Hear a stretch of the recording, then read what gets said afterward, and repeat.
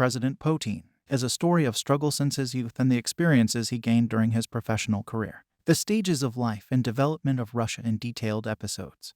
Part 2. President of Russia Vladimir Putin. Hello, everyone. Today, we have a fascinating topic to delve into, none other than the enigmatic figure himself, Vladimir Putin. Love him or loathe him, there's no denying his impact on global politics. Before we jump in, don't forget to hit that subscribe button and ring the bell to stay updated with our latest content. Now, let's get started. The inauguration of President Putin occurred on the 7th of May 2000.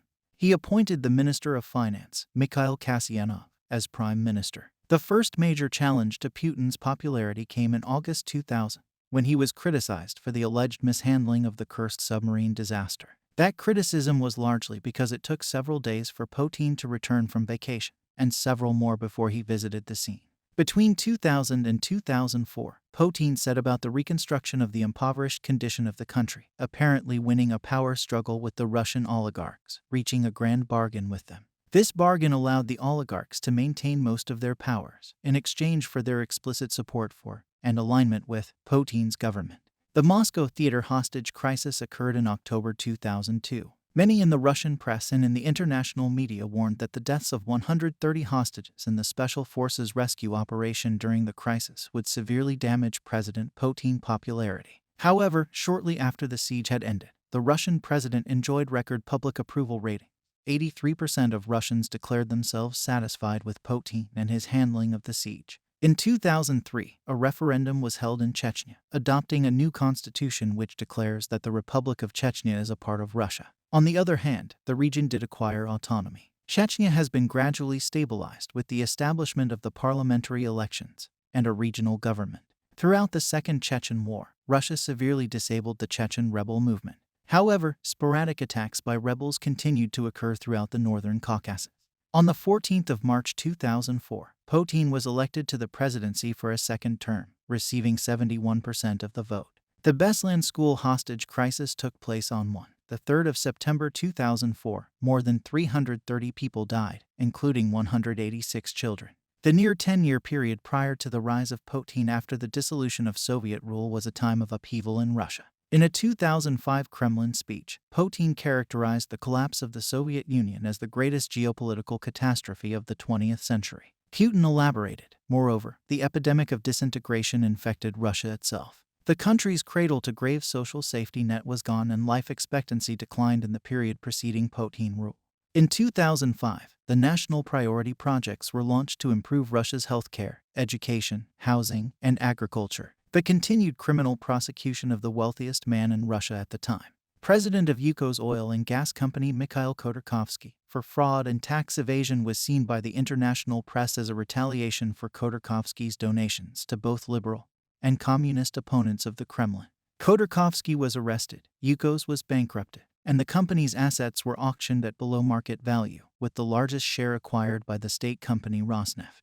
The fate of Yukos was seen as a sign of a broader shift of Russia towards a system of state capitalism. This was underscored in July 2014, when shareholders of Yukos were awarded $50 billion in compensation by the Permanent Arbitration Court in The Hague.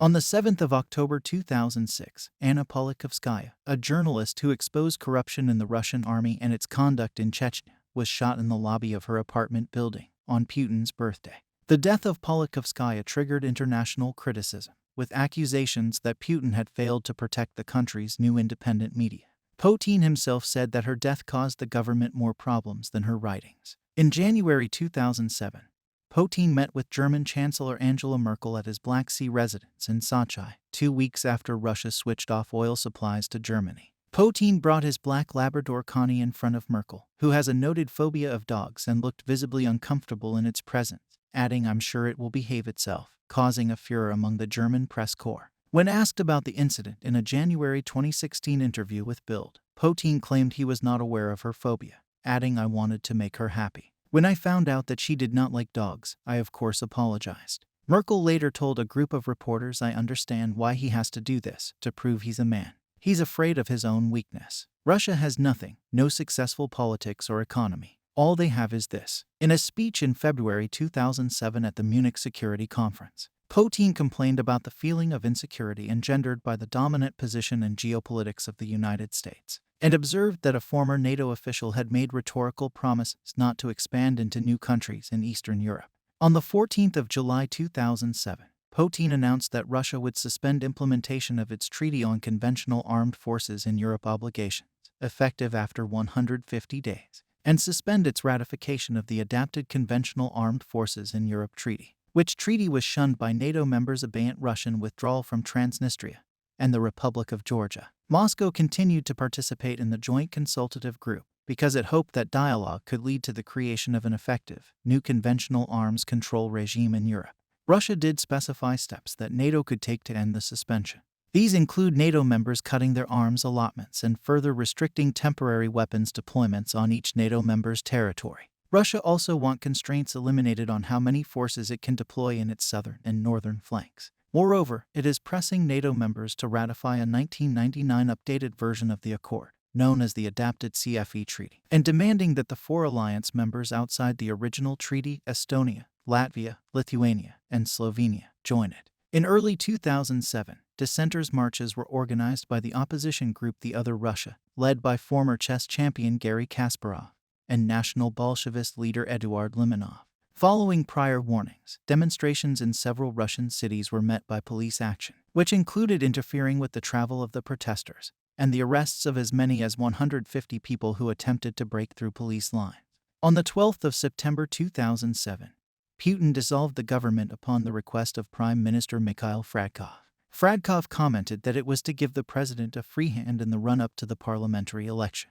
Viktor Zubkov was appointed the new prime minister. In December 2007, United Russia, the governing party that supports the policies of Putin, won 64.24% of the popular vote in their run for State Duma according to election preliminary results. United Russia's victory in the December 2007 elections was seen by many as an indication of strong popular support of the then Russian leadership and its policies. Putin was barred from a third consecutive term by the Constitution. First Deputy Prime Minister Dmitry Medvedev was elected his successor. In a power-switching operation on the 8th of May 2008, only a day after handing the presidency to Medvedev, Putin was appointed Prime Minister of Russia, maintaining his political dominance. Putin has said that overcoming the consequences of the world economic crisis was one of the 2 main achievements of his second premiership. The other was stabilizing the size of Russia's population between 2008 and 2011 following a long period of demographic collapse that began in the 1990s. At the United Russia Congress in Moscow on the 24th of September 2011, Medvedev officially proposed that Putin stand for the presidency in 2012, an offer Putin accepted. Given United Russia's near-total dominance of Russian politics, many observers believed that Putin was assured of a third term. The move was expected to see Medvedev stand on the United Russia ticket in the parliamentary elections in December, with a goal of becoming prime minister at the end of his presidential term. After the parliamentary elections on the 4th of December 2011, tens of thousands of Russians engaged in protests against alleged electoral fraud, the largest protests in Putin time. Protesters criticized Putin and United Russia and demanded annulment of the election results. Those protests sparked the fear of a color revolution in society. Putin allegedly organized a number of paramilitary groups loyal to himself and to the United Russia Party in the period between 2005 and 2012. On the 24th of September 2011, while speaking at the United Russia Party Congress, Medvedev announced that he would recommend the party nominate Putin as its presidential candidate. He also revealed that the 2 men had long ago cut a deal to allow Putin to run for president in 2012. This switch was termed by many in the media as Rock-Rovka, the Russian term for the chess move castling. On the 4th of March 2012, Putin won the 2012 Russian presidential election in the first round, with 63.6% of the vote, despite widespread accusations of vote rigging. Opposition groups accused Putin and the United Russia Party of fraud, while efforts to make the elections transparent were publicized, including the usage of webcams in polling stations. The vote was criticized by the Russian opposition and by international observers from the Organization for Security and Cooperation in Europe for procedural irregularities. Anti-Putin protests took place during and directly after the presidential campaign. The most notorious protest was the Pussy Riot performance on the 21st of February and subsequent trial. An estimated 20,000 protesters gathered in Moscow on the 6th of May, when 80 people were injured in confrontations with police, and 450 were arrested, with another 120 arrests taking place the following day. A counter-protest of Putin supporters occurred, which culminated in a gathering of an estimated 130,000 supporters at the Luzhniki Stadium, Russia's largest stadium. Some of the attendees stated that they had been paid to come, were forced to come by their employers, or were misled into believing that they were going to attend a folk festival instead. The rally is considered to be the largest in support of Putin to date. Putin's presidency was inaugurated in the Kremlin on the 7th of May 2012. On his first day as president, Putin issued 14 presidential decrees, which are sometimes called the May decrees by the media, including a lengthy one stating wide-ranging goals for the Russian economy. Other decrees concerned education, housing, skilled labor training, relations with the European Union, the defense industry, inter-ethnic relations, and other policy areas dealt with in Putin program articles issued during the presidential campaign. In 2012 and 2013, Putin and the United Russia Party backed stricter legislation against the LGBT community in St. Petersburg, Archangelsk, and Novosibirsk. A law called the Russian Gay Propaganda Law, that is against homosexual propaganda, which prohibits such symbols as the rainbow flag, as well as published works containing homosexual content, was adopted by the State Duma in June 2013. Responding to international concerns about Russia's legislation, Putin asked critics to note that the law was a ban on the propaganda of pedophilia and homosexuality, and he stated that homosexual visitors to the 2014 Winter Olympics should leave the children in peace, but denied there was any professional, career, or social discrimination against homosexuals in Russia. In June 2013, Putin attended a televised rally of the All Russia People's Front where he was elected head of the movement, which was set up in 2011. According to journalist Steve Rosenberg, the movement is intended to reconnect the Kremlin to the Russian people and one day, if necessary, replace the increasingly unpopular United Russia Party that currently backs Putin. In February 2014, Russia made several military incursions into Ukrainian territory. After the Euromaidan protests and the fall of Ukrainian President Viktor Yanukovych, Russian soldiers without insignias took control of strategic positions and infrastructure within the Ukrainian territory of Crimea. Russia then annexed Crimea and Sevastopol after a referendum in which, according to official results, Crimeans voted to join the Russian Federation. Subsequently, demonstrations against Ukrainian raid legislative actions by pro-Russian groups in the Donbas area of Ukraine escalated into the Russo-Ukrainian war between the Ukrainian government and the Russia-backed separatist forces of the self-declared Donetsk and Luhansk People's Republics. In August 2014, Russian military vehicles crossed the border in several locations of Donetsk Oblast. The incursion by the Russian military was seen by Ukrainian authorities as responsible for the defeat of Ukrainian forces in early September. In October 2014, Putin addressed Russian security concerns in Sochi at the Valdai International Discussion Club. In November 2014, the Ukrainian military reported intensive movement of troops and equipment from Russia into the separatist-controlled parts of eastern Ukraine. The Associated Press reported 80 unmarked military vehicles on the move in rebel-controlled areas. An OSCE special monitoring mission observed convoys of heavy weapons and tanks in DPR-controlled territory without insignia.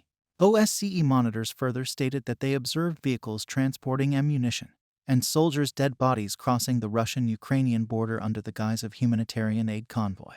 As of early August 2015, the OSCE observed over 21 such vehicles marked with the Russian military code for soldiers killed in action. According to the Moscow Times, Russia has tried to intimidate and silence human rights workers discussing Russian soldiers' deaths in the conflict.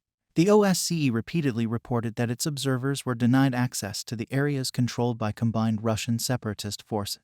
In October 2015, The Washington Post reported that Russia had redeployed some of its elite units from Ukraine to Syria in recent weeks to support Syrian President Bashar al-Assad. In December 2015, Putin admitted that Russian military intelligence officers were operating in Ukraine. In July 2015, he opined that this policy shift could be understood as Putin trying to defend nations in Russia's sphere of influence from encroaching Western power. Civil war, following a formal request by the Syrian government for military help against rebel and jihadist groups. After Putin's announcement on the 14th of March 2016 that the mission he had set for the Russian military in Syria had been largely accomplished, and ordered the withdrawal of the main part of the Russian forces from Syria. Russian forces deployed in Syria continued to actively operate in support of the Syrian government.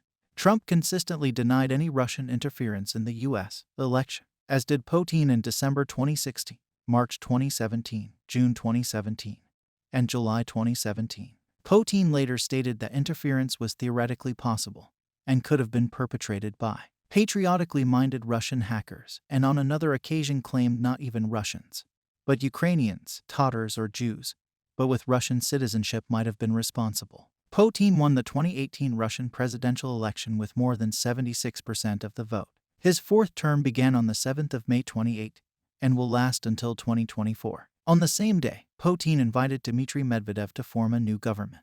On the 15th of May 2018, Putin took part in the opening of the movement along the highway section of the Crimean Bridge. On the 18th of May 2018, Putin signed decrees on the composition of the new government.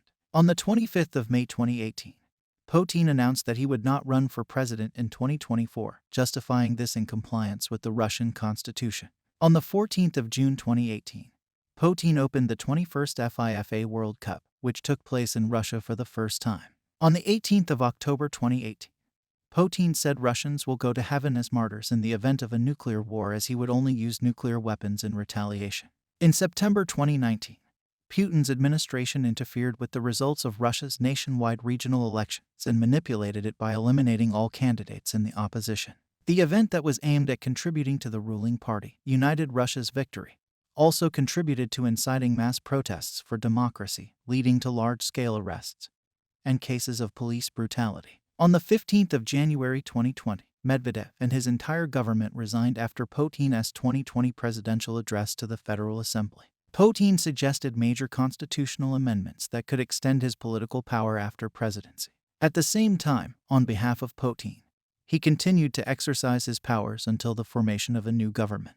Putin suggested that Medvedev take the newly created post of deputy chairman of the Security Council. On the same day, Putin nominated Mikhail Mishustin, head of the country's Federal Tax Service, for the post of prime minister. The next day, he was confirmed by the State Duma to the post and appointed prime minister by Putin decree. This was the first time ever that a prime minister was confirmed without any votes against. On the 21st of January 2020, Mishustin presented to Putin a draft structure of his cabinet. On the same day, the president signed a decree on the structure of the cabinet and appointed the proposed ministers. On the 15th of March 2020, Putin instructed to form a working group of the State Council to counteract the spread of coronavirus. Putin appointed Moscow Mayor Sergei Sobyanin as the head of the group. On the 22nd of March 2020, after a phone call with Italian Prime Minister Giuseppe Conte, Putin arranged the Russian army to send military medics, special disinfection vehicles, and other medical equipment to Italy, which was the European country hardest hit by the COVID-19 pandemic. Putin began working remotely from his office at Novo Ogariovo. According to Dmitry Peskov, Putin passes daily tests for coronavirus, and his health is not in danger. On the 25th of March, President Putin announced in a televised address to the nation that the 22nd of April constitutional referendum would be postponed due to the coronavirus. He added that the next week would be a nationwide paid holiday, and urged Russians to stay at home. Putin also announced a list of measures of social protection, support for small and medium-sized enterprises, and changes in fiscal policy. Putin announced the following measures for microenterprises, small and medium-sized businesses: deferring tax payments except Russia's value-added tax for the next 6 months, cutting the size of Social Security contributions in half, deferring Social Security contributions, deferring loan repayments for the next 6 months, a 6-month moratorium on fines, debt collection, and creditors' applications for bankruptcy of debtor enterprises. On the 2nd of April 2020, Putin again issued an address in which he announced prolongation of the non-working time until the 30th of April. Putin likened Russia's fight against COVID-19 to Russia's battles with invading Pecheneg and Cuman steppe nomads in the 10th and 11th centuries. In June 2021, Putin said he was fully vaccinated against the disease with the Sputnik V vaccine, emphasizing that while vaccinations should be voluntary, making them mandatory in some professions would slow down the spread of COVID-19. In September, Putin entered self-isolation after people in his inner circle tested positive for the disease. According to a report by the Wall Street Journal, Putin's inner circle of advisors shrank during the COVID-19 lockdown to a small number of hawkish advisors. I stop at this point today. Soon we will publish Part 3. Thank you for watching. I hope I added something to you. You enjoyed the last few minutes. We will meet with you soon.